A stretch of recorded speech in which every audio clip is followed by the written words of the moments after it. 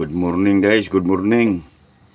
Kaalaman ito sa pagtungkol sa lahat ng klaseng pagtahi sa lambat ng mga pangulong. Ito ay punit. Ang tinatawag nito punit. Yan guys oh.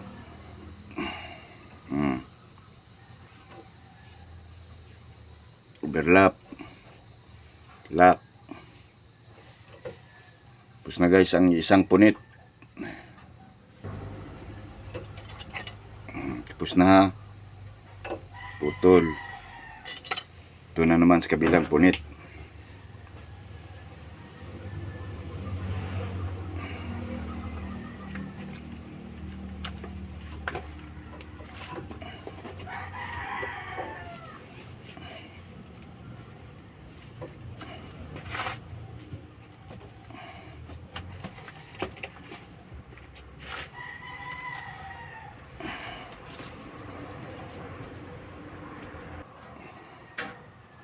Ito na naman guys, oh, punit ito ha, punit.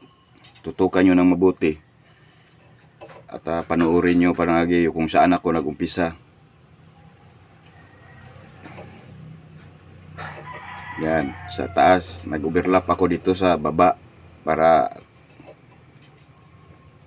hindi siya mabadbad, hindi siya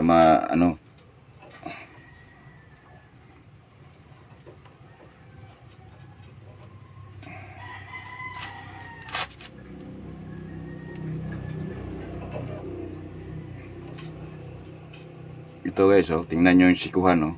Oh.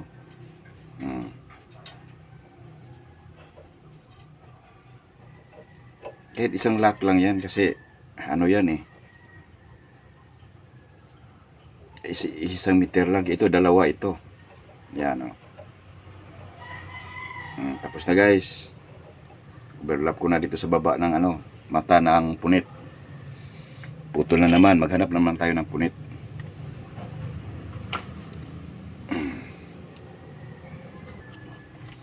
Ganap na naman tayo ng punit.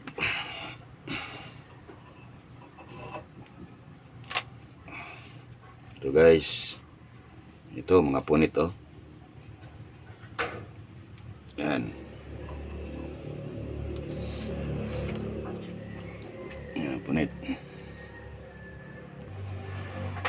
Ito guys. Punit na naman. Ito sa baba ito. Ito lang po yung ituturo ko sa inyo kahit balik-balikan ko ito para talagang ninyo catch up niyo at matuto din kayo dito sa na pinapakita kong pag-aayuma kung paano o magtahi talaga. Yan o. Tukan nyo lang kasi mabasa nyo na lang man yan eh. Mabasa nyo na, masundog ninyo na bisag diha sa screen. Mga lang, mga maliliit lang muna yung umpisahan ninyo. Masanay rin. Pag masanay na kayo,